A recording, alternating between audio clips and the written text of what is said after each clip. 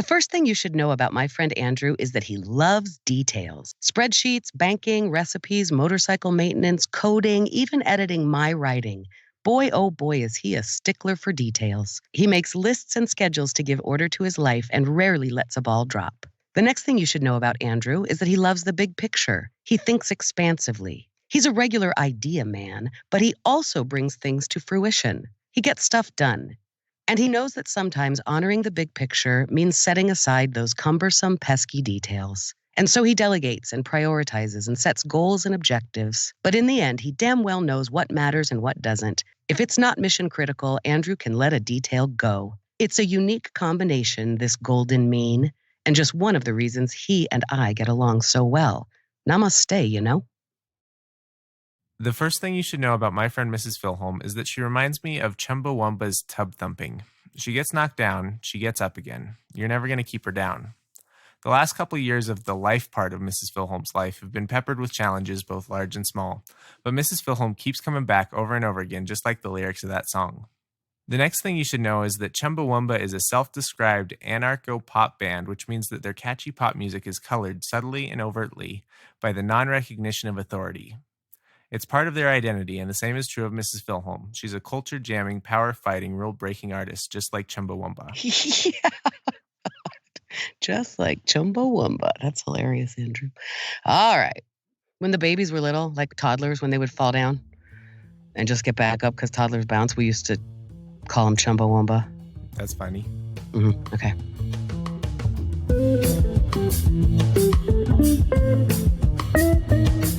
Welcome to Half My Age, a weekly show in which a 25-year-old adult and a 50-year-old child help each other make sense of the world.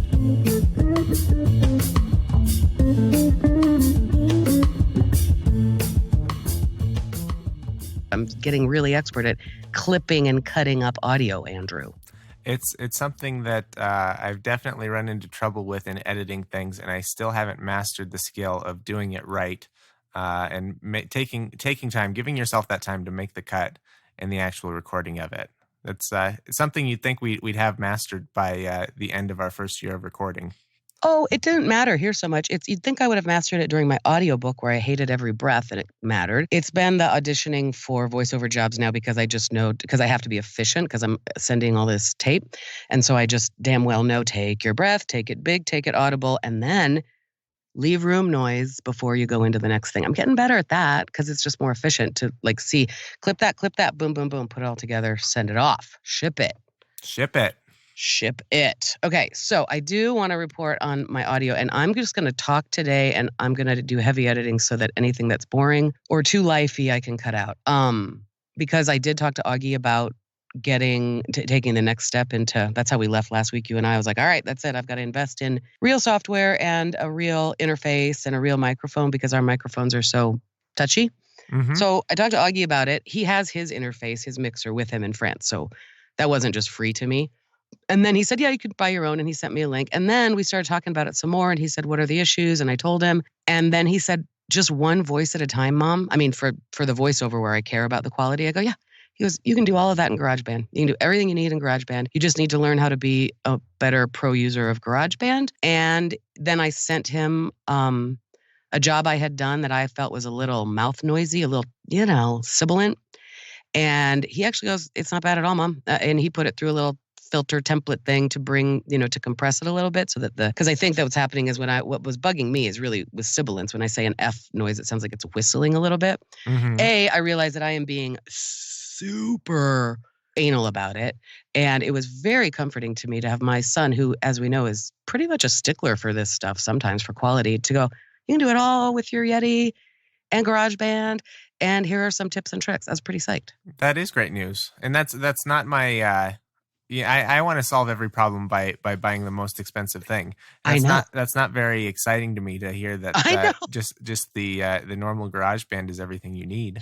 Dude, I know, right? I mean, and I am of both minds. And as we talked about the last couple of weeks, I know for a fact that I'm duct taping stuff together, both design-wise and sound-wise. And to have somebody who, this is what a stickler Augie is. Do you remember when we recorded that audition for a podcast competition? I sure do. And I wanted just a clink of a wine glass. you know that there are 1,000 ways to pull that from the intrawebs today.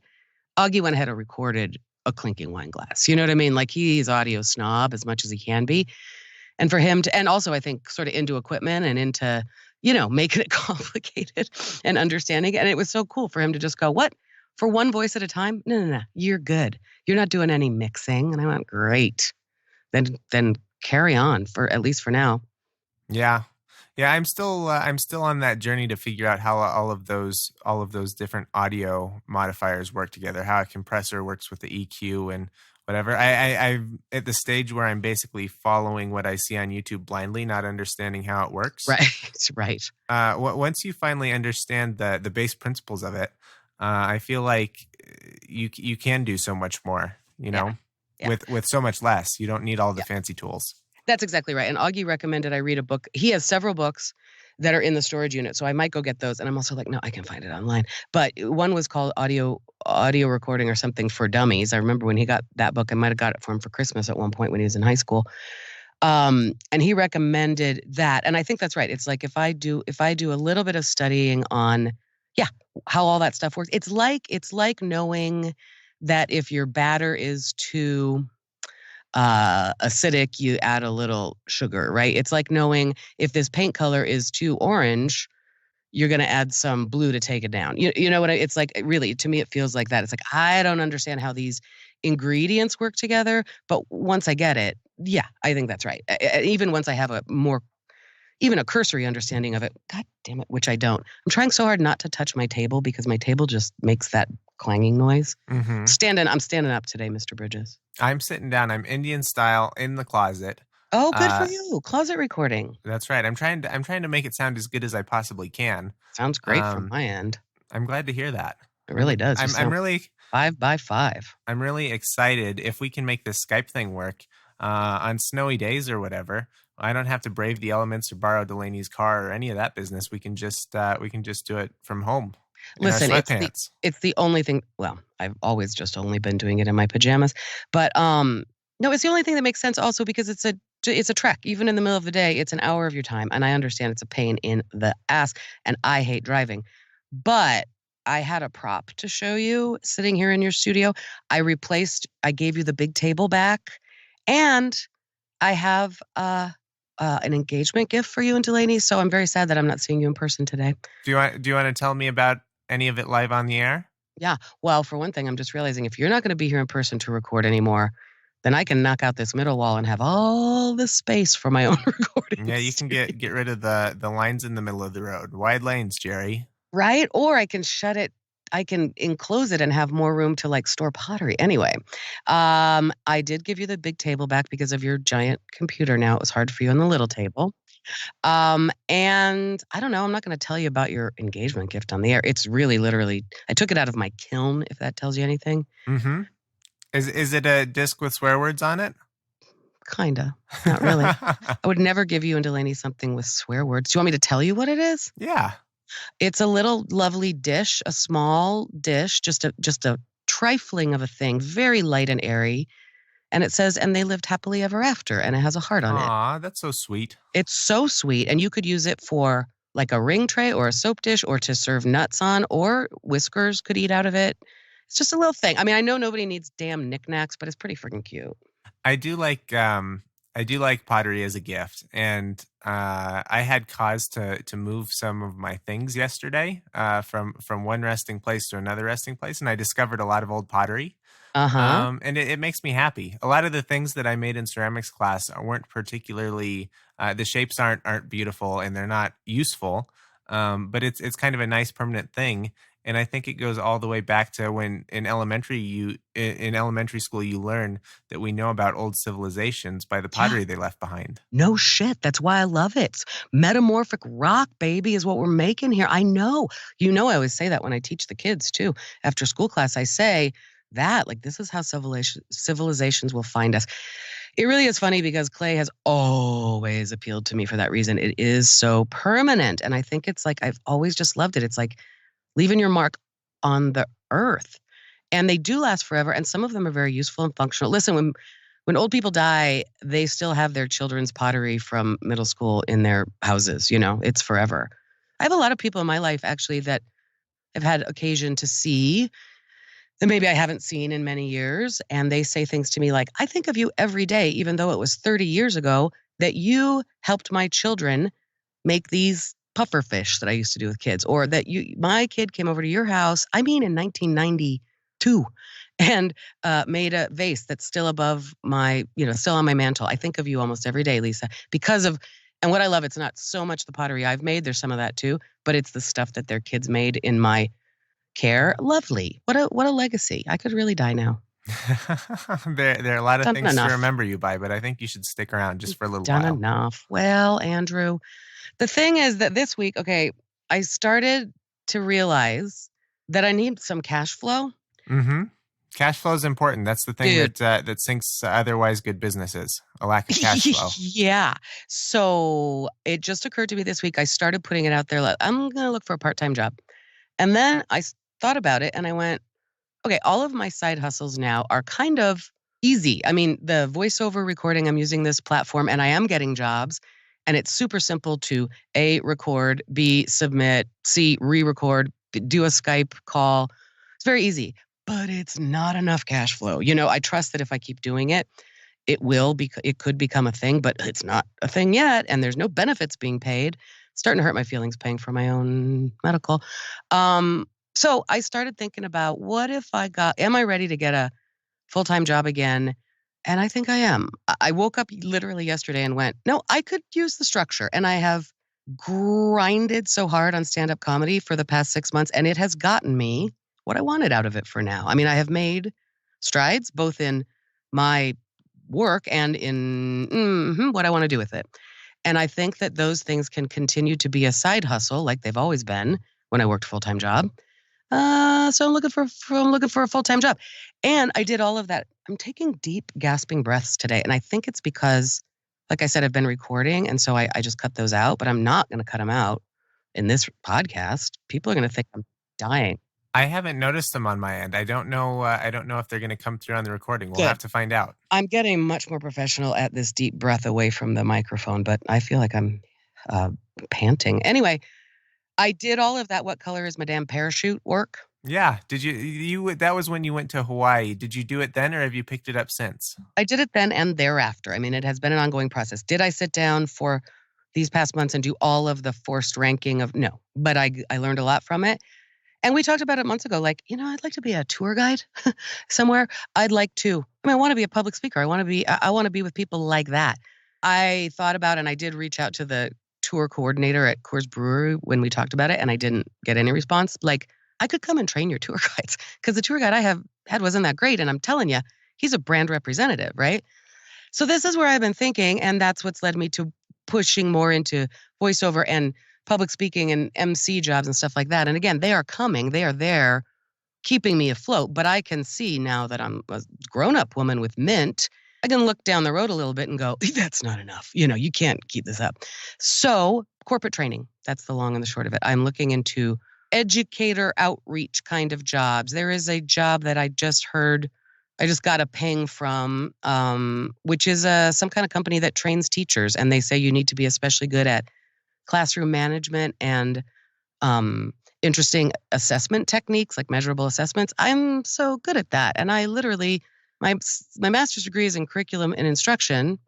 There are some contract jobs out there which I'm interested in where it's like come into an IT place, like a pretty big fancy company, and it's a 3 or 4 month job. And it's like, help us put together a training manual with maybe some videos and whatever, help train our trainers to now launch this into the field.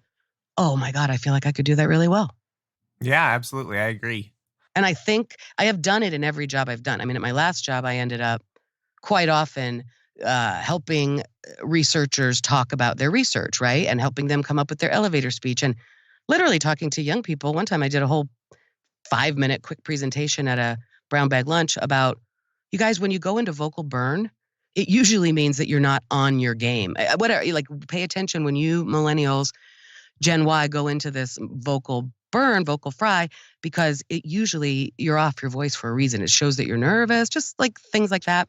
But also, I mean, everywhere I've been, I teach workshops. I create, even at our high school where we met, when they rebranded, I was put in charge of selling that really to the faculty because people were not loving it. And so it really was it was kind of a PR job, but it was also an education thing. Like, here's where we came up with this. Here's where we're going. Tell us your stories relating to it. It's all about building the story brand, always has been.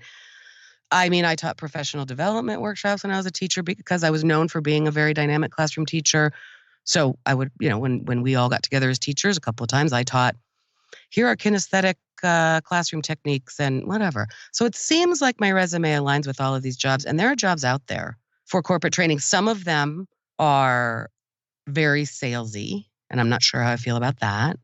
Some of them are very techy, like making e-learning videos, which I can do, and I think I would be good at. There was actually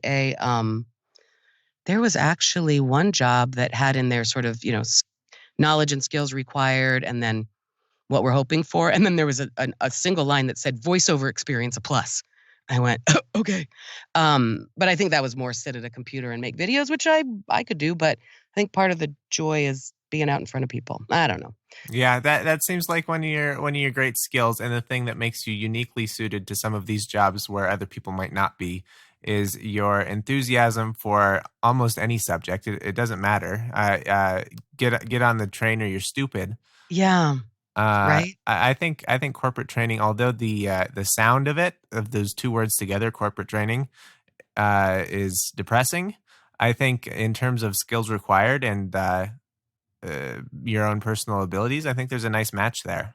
I know. And the thing is, to me, I know it sounds awful. I used to say it in great frustration when I taught high school, like, I should just go into corporate training. And I remember other teachers like that's a threat. Like, oh, I should just kill myself. Yeah, right. And they would say, like, it would kill your soul. And I was like, oh, I know. I love these kids. Oh, for fuck's sake, it might not kill my soul at all. The other thing that I appreciate when I'm looking at these job descriptions, I have studied teaching, right? I consider myself an expert. Don't you have a master's in education? I have master's level expertise in this. And I appreciate that these people are at least saying, hey, let's hire an expert to come in and teach people things, because I believe you can teach people anything, but there's an art and a science to it, both. I don't know what people who've never taught anything think. I've seen bad teachers, certainly. But anyway, I had a phone interview today for a job that it actually sounds really great. And however, it's mostly a sales job. And and I don't know how I feel about that, but it would be one of those things, as you say, come on board. They like my enthusiasm. Now you're repping this company, and should be nothing but smooth sailing for me because of my enthusiasm, whatever. I just want to point out that in the course of this phone interview, the interviewer said to me, so of course I looked you up, stalked you a little bit. I see you're a stand-up comedian. And I went, yeah. You went, uh-oh. Right? You sent me that video. I know. A link in the show notes, probably. No. Well, our readers can find you. She said it was a good thing. She said, we have 3 national managers of this company, and the one guy who's in New York, the next step would be for me to have a FaceTime interview with him, Skype interview. He's a comic. She goes, no, that's a plus. She also said, people like that, performers, do well in this job because it is kind of a sales job and you're going to get some doors shut in your face. She said young people who don't have that experience, in fact, probably it's young people who have sales experience more than anything, right? They can't handle the rejection. And she mentioned that perhaps comics are uniquely positioned to accept rejection because we go out and do it every night. We just feel the hatred of Anyway, that's interesting, Andrew. It was kind of stunning to me to hear, so you're a stand-up comic, and that wasn't a bad thing. That is funny. Did you watch that video that I sent you? Sure did. It made me just as uncomfortable as ever. However, I am less and less shocked the more I see this because I've seen it. This is the same set you've done before. It's sort of the same set. There's always something new, but it's jokes you've heard before. But you know what? I sent it to you and I asked you to please, suck it up and hold your vomit in while you watch it, because I know it makes you so uncomfortable. But the truth is, Andrew, 4 years ago when I started doing this and you would come out to me, the level of my confidence and comfort on stage, waiting for laughs. I'm still running over some of my laughs, but that's also the adrenaline of that night. That was the night I got pulled out of a bucket and then the audience voted. And so right then and there I had to go. I seriously, I didn't mean to wear that coat on stage. I didn't brush my damn hair. The video was kind to the hair, but there is a big cowlick just standing up. I mean, it was such an adrenaline rush, and I'm very proud of how, I mean, I was having fun. And before it was so much fear because I was worried about my time or did I get that line? And I was so proud of that. There were also moments in there where like after I saw my light, I can see when I saw my light because I started to get a little fast, of course. But I wanted to fit in the callback, which I did, which meant that I cut another joke short, got to the point of it, but didn't belabor. Like all of that was happening in my head. It is so cool. I mean, I'm very proud of the progress I have made. I can see it. It's good. I mean, you got to admit that lady, if you didn't know her, she's pretty funny. Yeah, she's pretty funny. She needs to clean up her mouth, as my grandmother would say. You need a bar of soap in your mouth. Oh, I know. I have a new joke that I wrote about a medium coming and saying, "Hey, your dad has a message for you from the other side." I'm like, "Oh yeah, what is it?" And it's like the message, like it always is. He just wants you to know, keep going. He's very proud of you. He sees all the progress you're making in stand-up comedy, and he just wants you to know he loves you and keep going. And that's how I know this medium is a fraud, because my father would say, "Young lady, you need to watch your language. He does not like it that I'm telling nasty jokes. No, no, no, no, no. Does not appreciate that. Young lady, watch your mouth." He would say that to me until I was past 30 years old. Watch your language. Clean up your mouth. Yeah, well, listen, in the middle of a set that I did last Saturday in Boulder, which was amazing at a new comedy club there, I was part of an inaugural weekend show. In the middle of it, after I knew that they loved me and I had them in my hand because I was telling dick jokes, I, again, made a pivot right there and I went, oh my God, I have a live audience that loves me. They skew young. There is one middle-aged couple in this house, but they're very, very attentive. I told the teenager jokes and they're clean. I mean, there's no bad words. They are edgy and you're, thinking about your kid lying in a ditch and your kid having sex and stuff. But I mean, they're clean jokes. And I did the teenage stuff right in the middle just because I realized this is what I need to test it out, is like a live audience who's actually with me and laughing. And the teenager stuff just was great. So in the middle of that, I did clean work. It helps with an audience like that that's much younger, I think, to get them on my side by telling nasty jokes first or whatever, funnier, edgier stuff. I'm doing a show this weekend in Colorado Springs. Oh, goodness. At a weed lounge. I heard a lot about that kind of thing when marijuana was legalized, because I think it was they legalized marijuana and then public consumption was still illegal. So these things didn't exist, and there was a big struggle to get them to make them allowable. But I have heard nothing about weed lounges. I don't know when marijuana was legalized in the last 5 years since then. Yeah, I know. I think it's been 5 or 6. I know. I don't understand it exactly. I've seen them come up because they are the kind of, I don't know, man. It seems very sketchy and but I'm doing it. But here's the good thing. I am taking a girlfriend with me and spending the night because it's a late show. And it actually feels a little sketchy to me. And I went, do you want to come with me? And we'll just have a nice, fun girls' night getaway. And she said, yes. So that's good. I'll have safety there. It's just, I've really been listening to a lot of true crime podcasts in my ears. So it makes you think everybody might be a murderer. And that's probably not a bad thing to think. But potheads aren't particularly known for violent crime. I think you'll be just fine. Oh, I do too. The whole thing seems sketchy. And somehow I think I'm the headliner, which seems fishy. That probably means that you've got to smoke the biggest joint or something. I know. And I'm like, I don't smoke the weed before I go and talk my mouth words. And I don't tell a lot of weed jokes. I'm literally like, okay, I have 2 jokes about weed. I better start with those. Doesn't matter. It's not whatever. It's not a themed show. I don't think you should start with those. I think you should not mention weed at all. That would be the cool thing to do. You say hello, Denver. And then you've already knocked them off because they're in Colorado Springs and they don't like being second fiddle. All right. And then you just never mention weed. Okay. Sounds like the way to win the hearts of the audience, doesn't it? It sure does. Oh my God, Andrew, how are you? I'm okay. Yesterday I decided out of nowhere to have like a psychotic break. You did? Yes, I did. So you know that I'm a landlord. I'm a small-time landlord, and I've got some tenant turnover. And this is the first time I've ever turned over a tenant. So it's turning over now. Yes, and there's a lot of like small repairs. Mm-hmm. And I've been diligently watching this old house for like 6 months now. Right. And I'm so prepared to take on all the tasks. Okay. And then I get to the house and there's like 5 things that I want to accomplish. All are seemingly easy. I've got none of the things I need, so I go to Home Depot, only to discover that they can't sell me the things I need because they're either, they don't make this thing anymore, this particular thing. Mhm. So I don't know. I made zero progress on that. And then my other kind of bugaboo at the back of my mind, in addition to the house, is the wedding, in particular the wedding photography. Oh, There's this kind of standard way that photographers operate, and they always own all the rights to the images I know. in perpetuity, Yeah. which on the face of it seems like a very strange precedent, but it's fine. Anyways, I really wanted to own my wedding images, so I called up the photographer and we had a conversation, and she stayed pretty firm on it, not selling me the copyright. And afterwards, I'm sitting in the car with Delaney after this phone call, and I just lose it. I'm angry Mm. about photography, which is a thing that doesn't really matter in the grand scheme of things. I'm angry about how I didn't accomplish anything. And yesterday, I just needed to have a little cry in the car. Oh, did you throw some lasagna on the floor? I did not throw any lasagna on the floor. Metaphorically?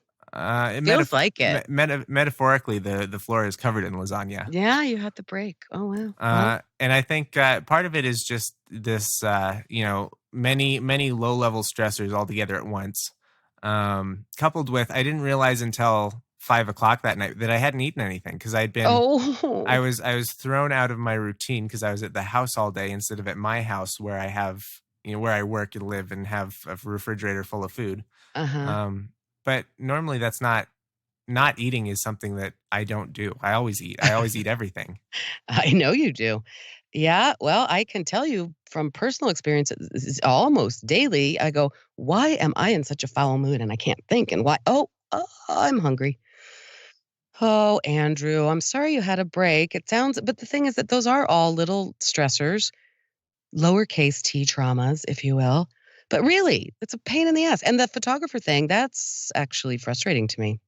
Did you win that argument? Did you buy the copyright? No, I didn't. She did Oh, offer to sell it to me for 100% of the original fee. So I wondered. I don't I know. wondered It's what the just cost would be on that. So she did put a number on it. You could buy that. You could swing some money around. Isn't that weird? Well, you're a photographer and you like editing photographers and photographers. You like editing your photographs, so I can see why you want to keep them. right. And I also um when the photographer owns the copyright, they can do anything they want with it, including sell my wedding photos to someone else, either to hang in their own home or to put in their magazine or Totally. to do a million other things with. Totally. They're also, there's nothing about them having to keep anything or provide us with anything. Like it's a very open-ended thing. It's like trying to, I don't know, the photographer is an artist, and they don't want to commit to a whole lot, and they also don't want to give up anything because Mhm. it's their art and it's their life's work. Mhm. And Mhm. I remember when I got my headshots taken professionally the last time. Need them again because I have a lot more wrinkles now, but they're passing. I paid whatever. I mean, she gave me a bundle because, I had paid for whatever, 6 photos or 10 photos, right? And we did a bunch of different outfits and shit. And then there were 5 more pictures that were great. And so she made me an offer like for another whatever hundreds of dollars, I will give you those. It was interesting to me. But yeah, like you say, I mean, I respect it because that's the artist. That's somebody trying to make that money. Listen, you have understood the pain in the butt of taking people's pictures before. yeah, it is a hard job. I agree. But what I think what I'm looking for in this interaction, in this exchange, this transaction, is not an artist so much as a person that I pay for to perform a task. All of my arrangements, all of my business arrangements as a freelancer are work for hire. So I own almost nothing I touch. Right, I'm building something for Right. someone, and Right. they get the whole thing. And I want a work for hire photographer. I know. But that's not the way the industry works. Nope. And the next level thing down that a lot of janky people might do, well, not even janky, is go, Lisa, you do it. And I know that you know what I mean? Use my camera. I will rent this fancy lens, have a friend do it. And that has been the problem for photographers in this day and age is that everybody just thinks, including me, I'll have my friend Andrew and Stephen Bridges shoot my kids' senior pictures. Yeah. But that was also like, we don't care that much. My boys do not care. They were not girls who wanted to try on 100 outfits at all. We kind of had to force them to take the pictures. But that has been a thing. And then for a lot of friends of mine who kind of like you do amateur photography and take friends' headshots or engagement photos or whatever, you realize that, oh my gosh, I mean, for photographers, it must be hard because everybody thinks they're a photographer. And there is a difference. There's a huge difference in quality. Well, as this software processing of images gets better and better, and the things that come directly off of your iPhone improve. Yeah. I think professional looking pictures, photographers are either going to have to learn to, give up some of their artistic whatever if they want to continue to exist, because seems like it. Amateur pictures are getting better and better, and I can't imagine that there's a place in 20 years for someone to pay thousands of dollars for something that they can do themselves, or they can have their friends do. Yeah, that's what I'm saying. And we're getting real close to, usually when a friend does it, it's fine. I mean, somebody hired me for, barely any money at all to take their son's bar mitzvah party photos. And I mean, I spent a ton of time editing because I wanted it to be nice because it's a friend of mine, but she did pay me something. It was worth it. But like, those photos are great. But that's exactly the kind of thing where normally one would hire a photographer for thousands of dollars and get 20 pictures, and I sent her 300 out of the 1,000 that I took, Right. Well, right now I'm staring at your Skype icon, which is a picture that I took, and I think that is a professional level photograph. Right? Exactly right. So that's where I could take your wedding pictures, Andrew. Can I? No. So another wrinkle in this photographer story is that we've kind of decided to go with the photographer. I know. So we're going to pony up. We're going to pay. We're not going to own our images, and that's fine. And that's one of those small things that I'm just coming to grips with, and that's the way it is. It certainly is the way it is. It's not right? worth fighting for. Nope, that's what I said it's not about the hill I want to die on. It's exactly right. You care about the details until you don't, and then you just go, "That's what it is." And we are going to act as if it doesn't bother me. Right? I'm going to take my headphones off. I got to get a drink of water. I'll be right back.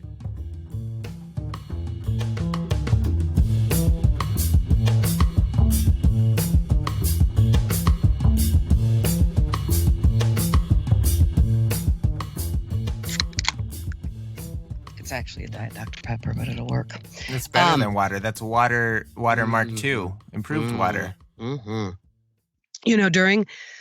During my dad's funeral preparation, which is almost an opposite on the end of life's spectrum. But when you think about it, the purpose and the goal, the measures of a funeral versus a wedding, pretty similar, right? Mm-hmm. Lots of family coming. Did people have different details to take care of? Really different. You don't hire a photographer. You do hire an urn. You do hire, okay, you have an urn made. You hire police escort to the gravesite, stuff like that. But there were a lot of moments in that our dear friend Merlin Mann helped me, because I would think of him saying, I've decided not to let this bother me. And B, what does he say? This is going to go differently than I release control. Like, there were just so many details and so many people, different than a wedding where it's ultimately just the two of you who get final say. There were so many more people giving input and doing this and having it. And there were just so many times it was easier for me than usual to let go of details, because it was just like, this is going to be different than I want. And that's going to be fine, because the truth is I was in grief, but I was also so relieved that we were no longer fighting what we were fighting when my dad was here, that it was just like, whatever, funeral, great. And I just zenned my way through that weekend. I really did. And it ended up being really fun, but partly because I just let go of a lot of details. And really, boy, weddings bring that up too, because I reckon that you're going to run into some of this. Even with funerals, we ran into some like little minor, but family conflicts, like power struggles and who wants to control what. And it was like, wow. And then the whole family getting together and some little, bickering and stuff bubbling up here and there. And I was just in the mode of like, nope, we're going to rise above all of this. This is just about love, and the details don't matter. And that's how it will be on your wedding day. It's true. And I mentioned in a previous episode, in terms of just about everything, probably 95% of the problems we come up against, Delaney and I are exactly on the same page. So it's been a relatively easy process, and she's also doing the bulk of it. So. And so that then when you have your meltdown and you're frustrated by everything, she's there for you, also frustrated, but she's not saying to you, suck it up, get over this. It's frustrating to her also that you can't get the copyrights to the pictures. But it's nice that then you can be supports for each other because you're on the same page. Yep. It's awesome. And I suppose that's the most important thing. Mm-hmm. Well, it's probably good for you to have a little breakdown every once in a while, Mr. Bridges. Probably healthy. That's true. Delaney, she says that in quoting her dance teacher, she says, everyone needs a carpet cry sometimes. Sometimes you just got to lay down on the carpet and weep. You know me, I'm a big crier. I also thought, gosh, I'm going to talk a lot about Merlin Mann. He just said in a recent episode of Roderick on the Line, he talked about how he thinks that crying is almost always out of frustration. Mm-hmm. And I thought, I mean, obviously I can see that. I cry a lot, but also, like he said, even when somebody's dead, you're crying because you're frustrated you can't see him anymore. You're frustrated that you can't relive the past or whatever. And I thought that was really interesting. And I am a crier. I am just a crier. And we've discussed that, I think. I mean, there was a point during theater school when my mentor director guy was giving me notes and I was just crying. I mean, like the tears are just coming out of my face. I don't mean it. I'm just experiencing something. And he looked at me and he stopped and he said, I see that you're crying, but I'm just going to keep going, right? And I was like, yes, I think we talked about this in the early episodes. Like, yes, please, you get me. We talked about it recently too, I think. Did we? I mean, just please, just keep talking over. I mean, just don't, ignore what's coming out of my face.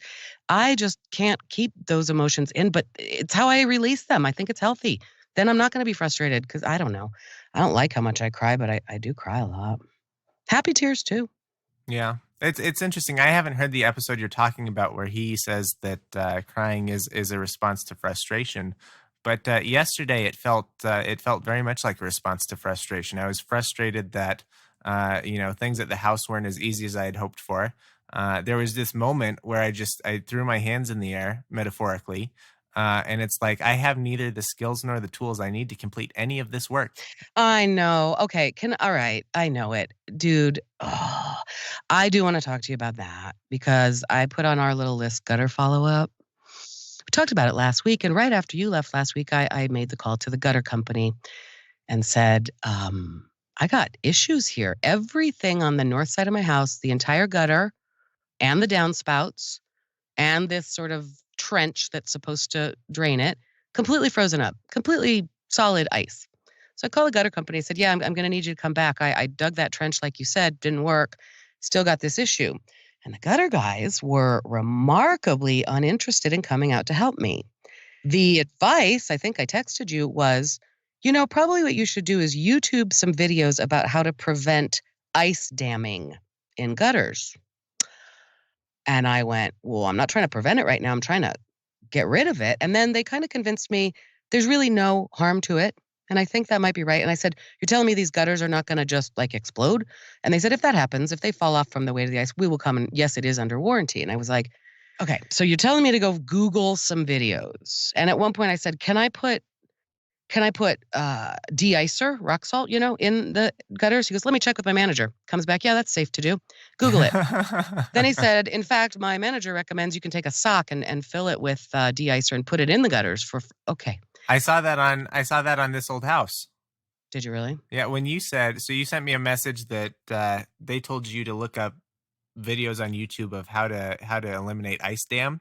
There was a This Old House video, and basically they fill the sock with rock salt and throw it on the roof. So that's the same thing. Yep. I've got a bunch of them. I've got little tubes. I ended up, because I didn't have extra socks, and socks were more expensive to buy where I was that day than little shop rags. So I got 12 red, like linen, whatever, shop rags, rolled them up into tubes. And so they look like little towels rolled up, I guess, and they're red. And so they're in my gutters now. I have like little sausages lying around because we got some more snow. Okay.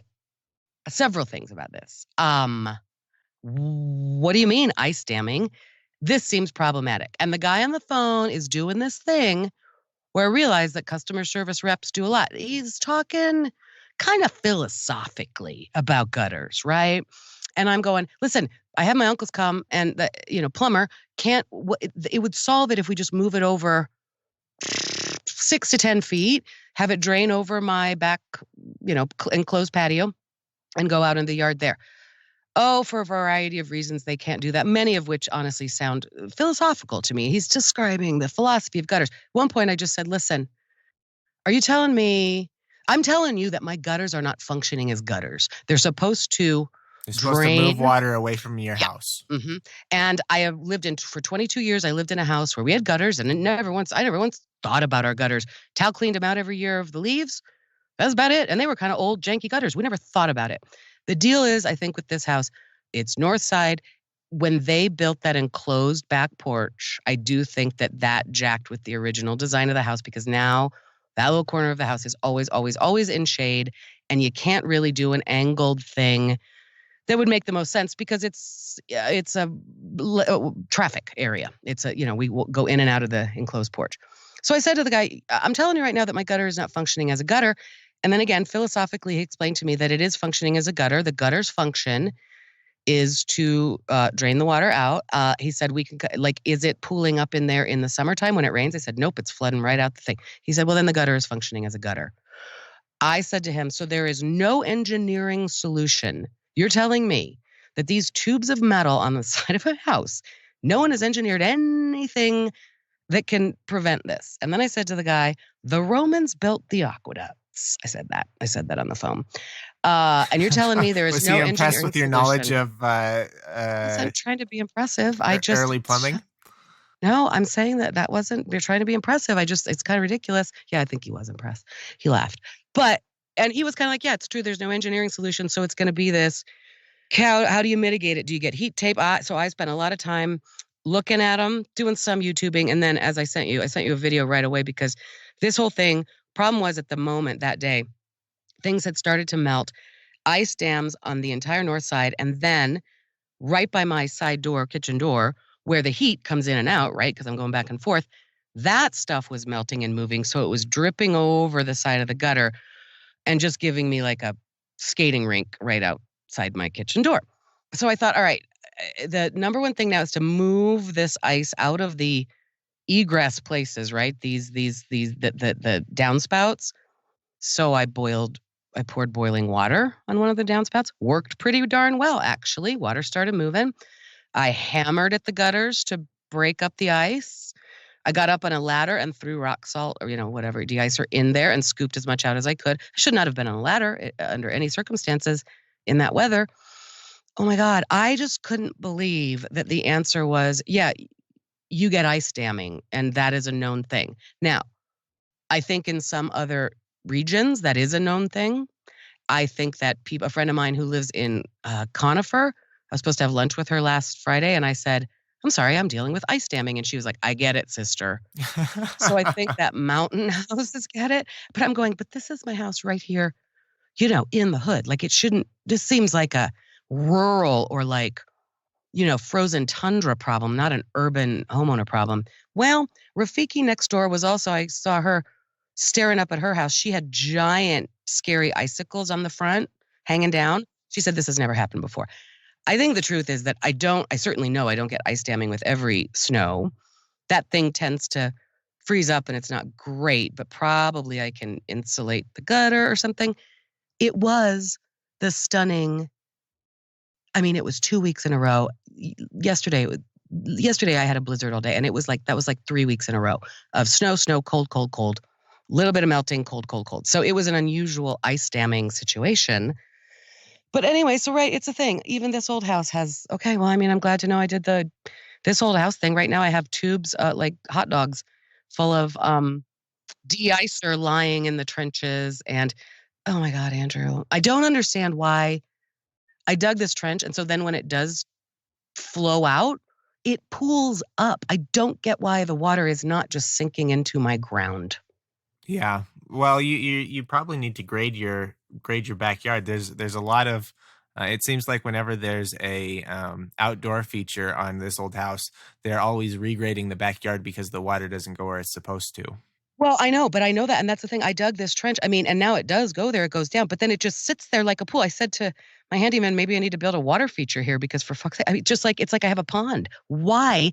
I think it must just be clay dirt in Denver, but it drains into my I don't get it. I don't get why the water is just not draining into the dirt. I suppose it could be a little bit frozen, and the clay and the dirt in Denver is often full of clay, which is not drainy, but geez. I know we have smart, talented listeners who know exactly what's going on and how to fix this stuff. So they should write in, and they can Yeah. send an email to HMA. That's H is in half, M is in my, A is in age, at Slova, SLOV is in Valerie, SLOVA.com.app. Oh my goodness. I really messed that one up. Papa. HMA at Slova.app, Alpha Papa Papa. .edu. Limo.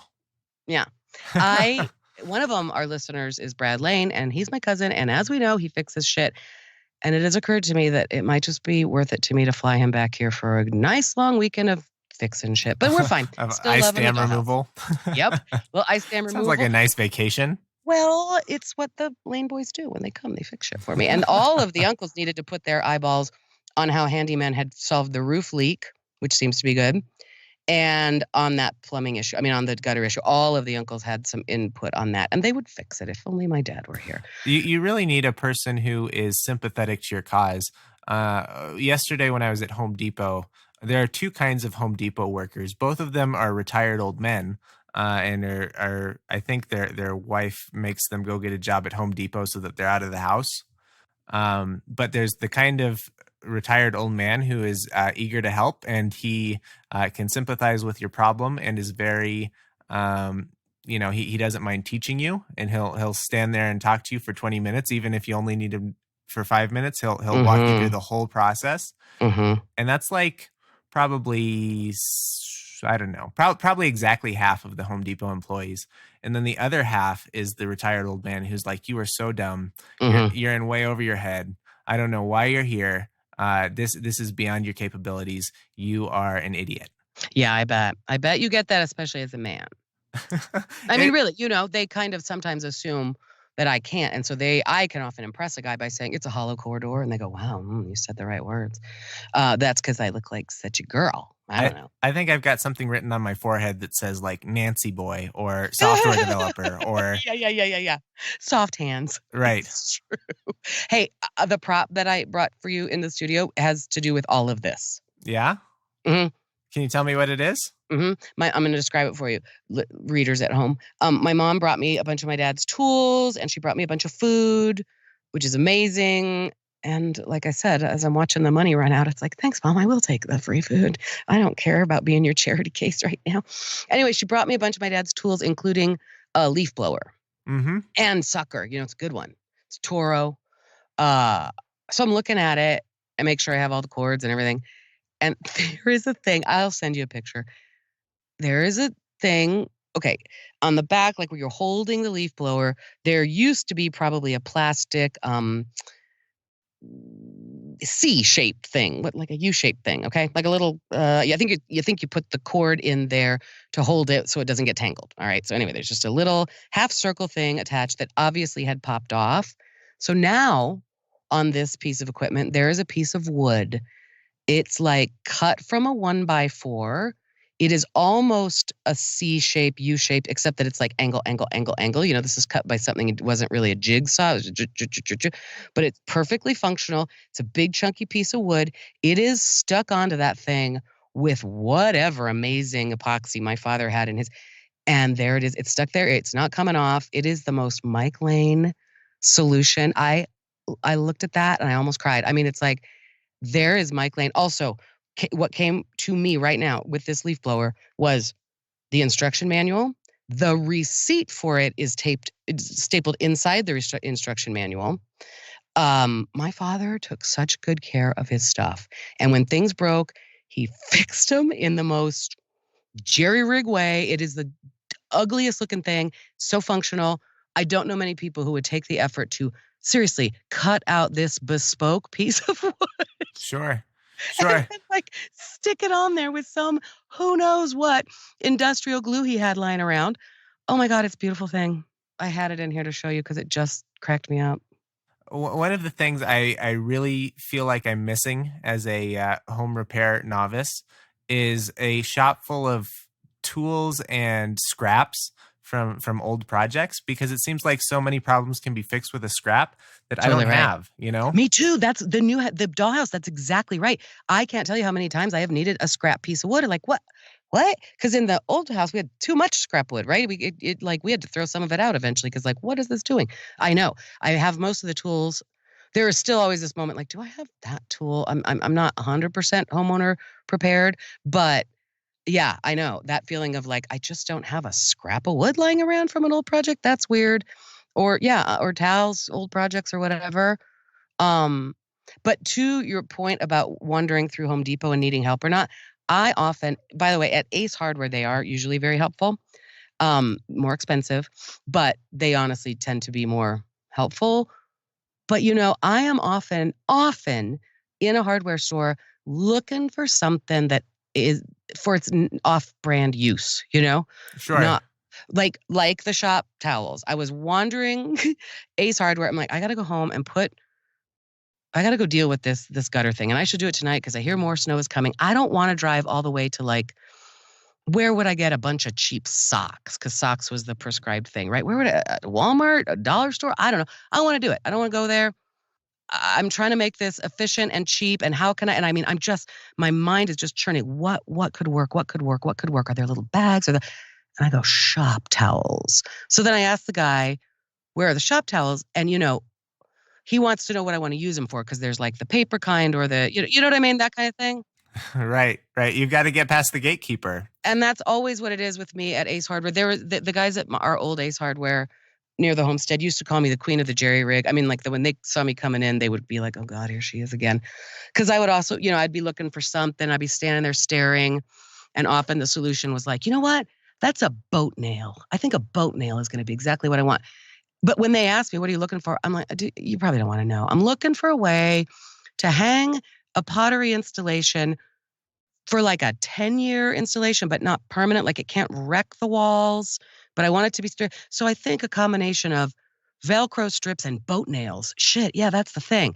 I can't tell them. There was one time I remember when I was asking for this plastic coated wire that I like for the little discs that I hang around.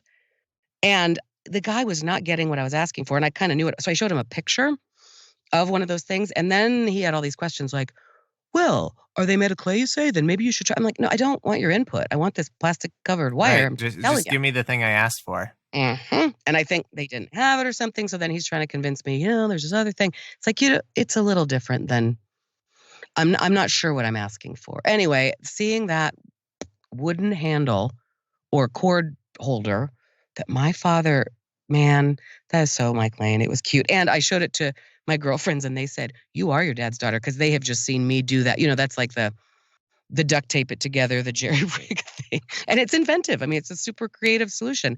I'm always coming up with creative solutions. Sometimes they look crazy. And that's how my dad was. Well, function over form every time. Did you see my picture with me with a brown wig? I did. What's going on there? That seems a little weird. Oh, it was just for a shoot. A friend of mine asked me to do a little video shoot for some show he's doing, like a one-line shoot. And so I procured the wig just for that. Are you going to be in a TV show? No. It's like some video he's doing for his podcast. So, it's just a favor for a friend, but that we got this wig because it would help with the character. And oh my God. So I was just putting it on to amuse my friends. It's kind of funny, kind of liking it. Do you know how you use words like bet and you say ride or die and that sort of thing? Yes, Andrew, I do know that. It seems like there's a recent phenomenon that I don't know anything about, and I'm looking for information on. I see a lot of pictures on Instagram of a whole bunch of college-age girls. I guess they're my age girls who get together and wear brightly colored wigs. Is a wig party a new thing? What's going on there? I don't know. Does someone have cancer? I don't know what I'm missing. I don't either. But have you seen this? Have you seen these wig parties? No. Oh my goodness. They went all around my the people I knew at DU. It's been probably, I don't know, one a month for the last 6 months. And they're all just wearing them at a party? Seemingly. And they're all goofy. They're like drag queen. I mean, they're not. They're like bubblegum pink and bright blue and red, not like red hair, but red. Yeah. I mean, I do know those wigs. And I have a comic friend who wears a cool pink wig once in a while. I mean, it actually is freaking cute on her. Interesting. No, I do not know about wig parties. Well, Andrew, No, I just got this wig and then thought, huh, that's kind of funny. And it occurs to me, I used to wear wigs a lot acting. I mean, and you'd have hairdressers there to take care of them for you and stuff. And I used to have a long fall, so it matched my hair, but it was most of the head of hair. And it was for like auditioning as theater person, just if I felt I needed longer hair. And I did wear that one time to a 6-week temp job. You wore a wig every day for 6 weeks just for fun? I did. And I called an old friend of mine at the time and said, okay, I have this idea. I have this wig. And I just sort of I'm doing this temp job in the World Trade Center, by the way. Doing this temp job. Oh, too soon. I know. It was supposed to be a 2-week job. And I said, is it crazy if I, do this, wear my little wig and sort of invent a character to go with it? And he said, yes, it's crazy. And I will kill you if you don't do it. You have to do it. So I did it, and it was actually hilarious. And then this job kept getting extended and extended, and it really takes a lot of work to wear a wig. You have to put your hair up in pin curls. You have to put a wig cap. I bet it's hot and itchy and... That one wasn't bad. It occurs to me now that it would really bug me because I get hot easily, but it wasn't terribly uncomfortable as I can remember. It was just whatever. And then one night I spent the night at a friend's house uptown and didn't have my whole kit, and I had to go to work, and I just got a haircut that day, and I went in with new hair. And then I didn't have a wig anymore. And I was totally trying to like play it off as my real hair. I realized that like now, and I'm interested in that wig party because I have known a few people. Well, I mean, listen, Black girls do it all the time who just have a collection of wigs because that's how they operate. And they make no bones about it. And some of them are bright pink. And, like you say, cancer patients, when they lean into wigs, today I'm a brunette, tomorrow I'm blonde. Why the heck not? I'm thinking that at that sketchy comedy show I told you about in Colorado Springs, maybe I'm a long-haired brunette, so then I can just say, I was never there if there's anything sketchy about it. What do you mean? There's no photographs of me. I thought about it. Might be fun to wear it. Well, now there's evidence in this podcast that you've got a known associate, or not a associate, a alias, an identity. You've got a second identity, which is a long-haired brunette. Somebody said you need a new name for that wig. And I don't want to encourage that. The truth is, it was very interesting to me. I just put it on there. I didn't have a ton of makeup on or anything. They're not great pictures. I just thought it was very interesting. Here I am with a brunette wig, just trying it on for this thing I'm doing this weekend. First of all, I heard from some creepy guys, like, whatever. I mean, even like text, like, hey, what's up with the wig? And I'm like, it's just it's not an alter ego, and it's not a X-rated video. I'm not trying to be sexy with it. And then there were, of course, a lot of guys commenting on like, ooh, I like it. Yeah, I could get behind it. It's like, oh, shut up. And there was one great guy who said, oh, hell no. And I was like, what do you mean? Don't be a hater. He's like, what do you mean? I like your hair just like it is. I was like, thank you. Thank you. Because there is that thing of guys like, oh, I like long hair. And that makes me want to cut my hair off even shorter. But anyway. Okay. Anything else? I don't know. I mentioned my breakdown. You've talked about all the things you sent me in Skype, I think. Work-life balance. Let me just mention that. Okay. Let's talk about work-life balance. By the way, talking to you on Skype is not bad, and I feel like I'm being very attentive when you're only in my ears, and I thought it might be the opposite because I normally try to look at your eyeballs, and I told you last night, I think of myself as uniquely not being good on the phone. I would rather be with somebody in person, but you sound great, and this has been easy to listen to you. So there you go. I think it's when you only have the audio, you're forced to focus on it more. Yeah, I think so. You know what else? This is not the first time I've talked today because I had a phone interview, as I said. Mm-hmm. So you came in warmed up. Well, yeah, I haven't hacked as much, and I haven't had to take as many cough breaks and stuff. I think it's just that morning phlegm. So that's probably nice for our viewers. Side hustles and work-life balance. Here's what I was getting at earlier. It occurred to me, and really yesterday morning I woke up and went, I think I'm ready for a full-time job. I mean, even to the point of like a little schedule wouldn't hurt my feelings right now. I have kept myself on a pretty, I've said it, I'm very disciplined, and my schedule just skews more toward nighttime because of comedy and stuff.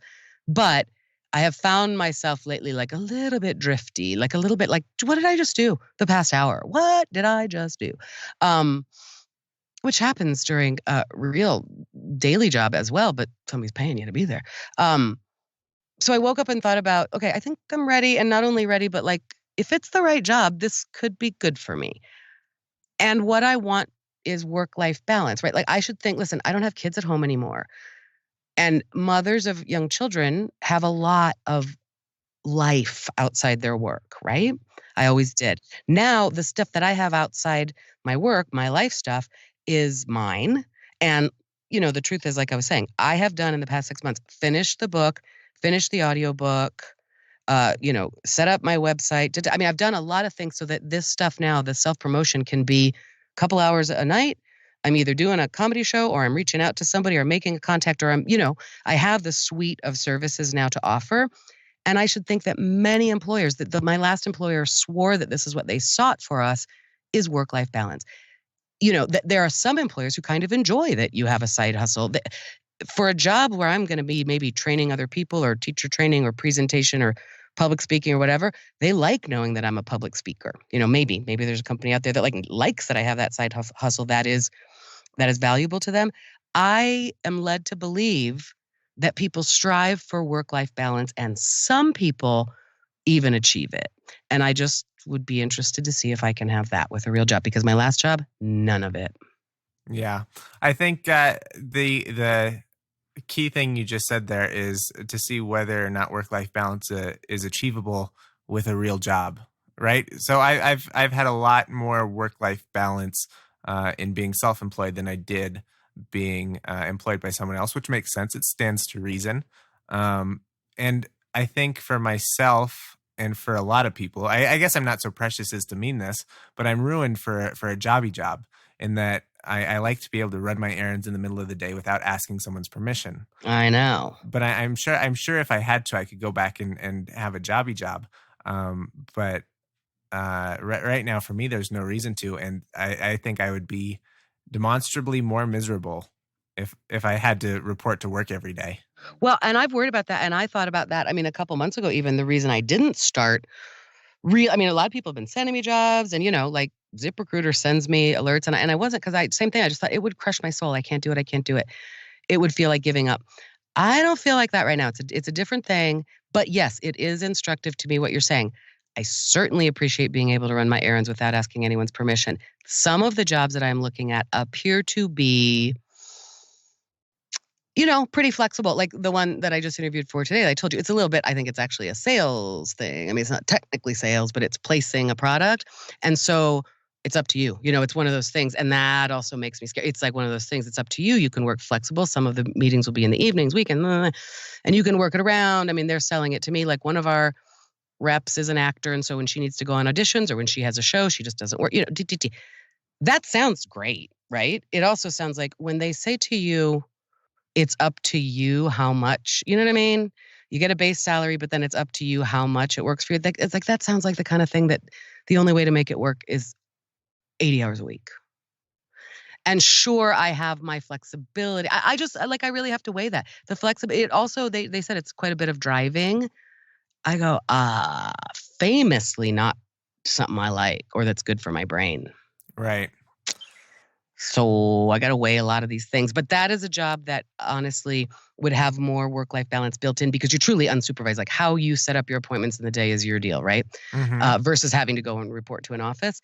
So yes, I don't know. But here's my other point. Even at a job where I have to go report to an office, I am led to believe that some offices, and it's also on me to walk in with this attitude, some offices let you insist that you take an hour for lunch, insist that you go home at 5 o'clock. You know what I mean? Right. Let you have, and my last job, I became so overwhelmed and I felt tortured by it. I rarely left and I had to pay for it if I needed to take time off to go to my father's doctor visit. So the truth is these past few months also I have done the important work of putting my father to his eternal rest. And that, thank God, I wasn't employed by, any employer would have been annoyed by how much time I had to spend away, and it was very lucky for my mom and dad that I was available. But my point is that there are some employers I am led to believe who trust you to do your work and get it done, and they're happy to pay you because you're valuable, and they want you to take time for lunch. They encourage you to go do a meditation class at lunch because they want that work-life balance for you. There got to be employers like that out there. Yeah, there are a lot of people who say that sort of thing, and I have yet to see. I worked for a company where we were very much about the work-life balance, and we had a unlimited PTO policy, which basically meant that nobody takes vacation ever because you don't want to be caught abusing the unlimited PTO. you know? I sure do. That's what I wanted. That's what I'm wondering about. I did see a young woman come into my last workplace, pretty much fresh out of college, and she, in a very quiet and demure way, she was badass. Her mom got sick, and like right away, within almost like certainly within the first month of work, she had to go home to Texas to take care of her mom for a couple of days, and it was a big shock, and it was and she just did it. She sent emails and said, "I'm sorry, I've had to go. I will handle this however you want," because she hadn't built up any vacation or personal time or whatever. And I went, that was instructional to me that this is a woman who just would leave for lunch every day. And I would sit there and go, oh, I can't. And she would just go, what do you mean? I'm leaving for lunch, and I'm leaving because it's 5:00. And I am putting in vacation requests even after that, kerfluffle. And I watched the whole corporate culture change because they were like, oh, here's somebody who's not, you used to say about that job that I had, you said, I'm in the business where we're trying to get more out of our employees. We're trying to get the 80% out of them. You work in an office where everybody gives 150% and it's weird, right? I really did work in that environment. And this outsider came in and was like, I don't do that. This is not my, what do you mean? I'm going for drinks after work. Bye. And I went, oh, part of it's on me to insist on the work-life balance and not feel guilty about it. Right. Right. And that's a way certain people are wired. I definitely have the same mentality that you do, Yep. which is that I must be at my desk. I must be working. And not only that, but I must be seen to be working and to be very busy. Right. Well, I never used to be that way because I always was trusted, as a high school teacher, nobody was micromanaging me. I was trusted and I was known to be awesome. So I didn't feel like I needed to look busy ever. But yes, then I got into that thing. I didn't need to look busy. I was always busy. But yeah, like that I was being watched, like minutes away from my desk were being counted against me. Ugh. Yeah, it sucks. Gross. Maybe there are places out that there aren't like that, Andrew. Maybe. There have to be, because I know that there are people who have been in the same job for 10 plus years, Mm-hmm. and they profess to love their job. See, this is the other option that I may go for. The people at Costco always seem real happy. Costco historically has been known to have really good benefits and take care of their employees. I know it. So I'm like, maybe I'll go that way and just have a completely mindless job. I looked into it.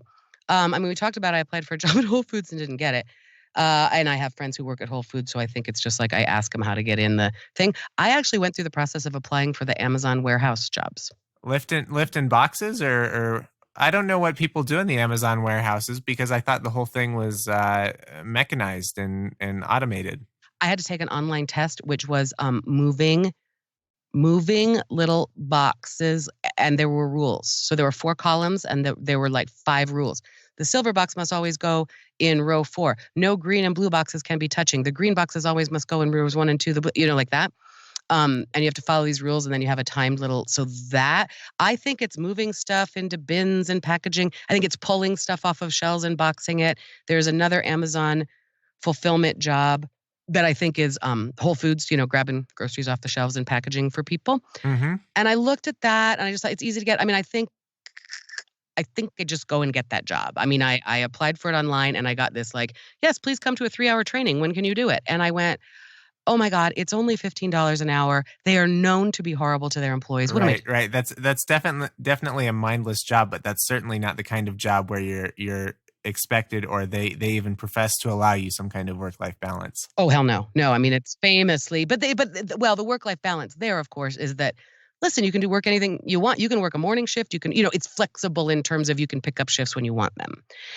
That it was appealing to me because, what if I have a show? But I just went, okay, they're famous for not treating their employees well. Trader Joe's is famous for being pretty good. Maybe that's, if I'm going to do the minimum wage bullshit. And then I just looked at it and I went, why should I do that? Why should I do minimum wage bullshit? There are even, I'm looking at a job now, which is some kind of high-level tutoring place, and they've reached out to me. They actually reached out to me through ZipRecruiter and said, you've got the skills we're looking for. And I probably do. And that's, $28 an hour. Even if it's not full-time, it's better than $15 an hour. Yeah, absolutely. Ugh. And anyway, I don't know. And whatever, Andrew, I don't know. I think probably the only thing that's going to make sense is a job with benefits, because then you get that extra. It's not just the hourly. It's not just the salary. That's work-life balance if I don't have to pay for my own insurance or worry about that anymore. Yeah. Yeah, we'll see, Andrew. It's just a process, isn't it? It is, and I appreciate you taking this this load and going out into the world for all of us, everyone listening, to try to figure out whether jobs with good work-life balance exist. Okay, I will report back on that. I'm data collecting on that now. I like it. For All right, science. yeah, for science. I brought some ruckus. You brought some ruckus. Lots of ruckus today. And All right. this is all remote ruckus because I'm not sitting in the same room with you and you're not in the same room with me. You're in the closet. The magic of the internet. Magic of the internet. All right, bye, Andrew. Bye, Mrs. Filholm.